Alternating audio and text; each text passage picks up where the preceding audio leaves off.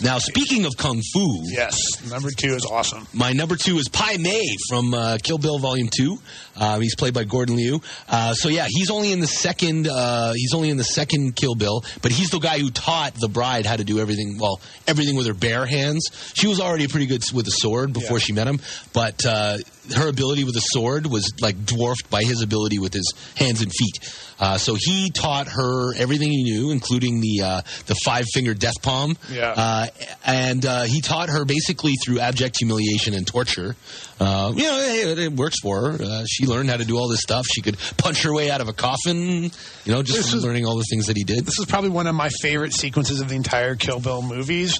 Just the way it happened, like she was trapped in the coffin and you're like, how's she going to get out? And then it goes back and explains the entire series of how she got trained by this guy to punch through wood with only moving your hand like half an inch. Mm-hmm. And it was so good. And the way Tarantino shot it, like really harkening back to the Kung Fu movies, like with the camera snaps and zooms in on people's faces, and it was so well done, and the character was so good, and I was just like, that made me just absolutely fall in love with Kill Bill. For those who are wondering, Pai Mei actually translates to white eyebrow. So yeah, those giant eyebrows that actually braid back into his hair. That's why we got this. I don't know why they would have called him that before he had giant white eyebrows, though. I guess maybe he was born with them.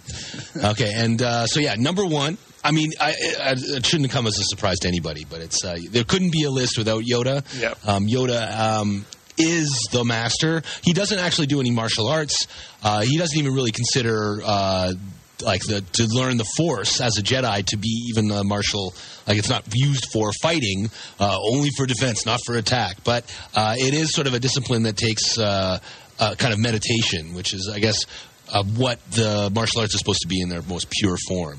Yeah, exactly. Something that you have inside yourself, with the Force anyways, and that it's got to be brought out of you as opposed to being taught to you. Yeah. You're taught how to use it as opposed to being taught how it's used or something like that. I'm not sure. My Force training ended early. I could never get the X-Wing out of the swamp. Yes. Well, I mean, and I don't feel that he was necessarily all that great as a mentor in the later / earlier films, the new trilogy.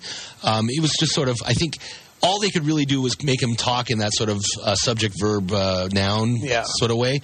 But he had some interesting things to say in Return of the Jedi, but mostly his big life lessons that he had to offer were all in Empire Strikes Back. Yeah, exactly. When he was brought back in the first 3 movies later on, it was more just as a novelty, like, hey, here's Yoda, even though he's all completely CG'd. Yeah. Never had the same effect, and he did these crazy fighting moves where he's flipping and spinning around. Yeah, everybody wanted to see that. Which was cool, but then it made me think, well, that's really only like 30 years before Empires.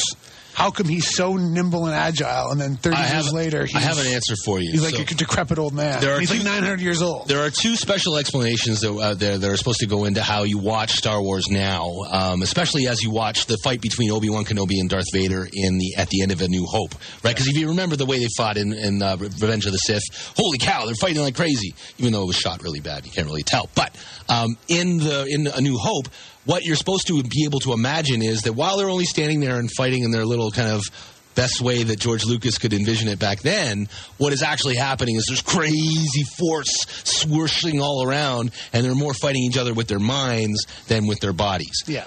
Now with Yoda, the thing is supposed to be that he could still probably have been able to do that when he was teaching Luke. He just wasn't using his, he uses the Force, and suddenly he doesn't need his cane anymore, and he can flip around and everything, but he's very tired after doing that. I guess, I mean, hey, I don't know. It's like Force takes a lot out of you. Yes. It's like he could be riding, otherwise he's riding in a scooter, but when he doesn't feel like that, because he floats around in his little floating chair in the new trilogy, you know? That's true. So, yeah, it did seem a little strange, but you're supposed to sort of... But I guess there's also a 25-year discrepancy between the 2 films are made, so... I mean, he was a good mentor. He wasn't really ruling with an iron fist in that he couldn't keep Luke from heading off to Bespin to go save his friends, even though he told him not to. Yeah. But apparently the training was done, because when he came back, he's like, no more training do you require. Anyways, okay. Yeah, it's a good list. I like it a lot. That's my list. We're going to take a news break. When we come back, we're going to review the Lord of the Rings available on Blu-ray coming up on Tuesday. So, yeah, well, stay with us.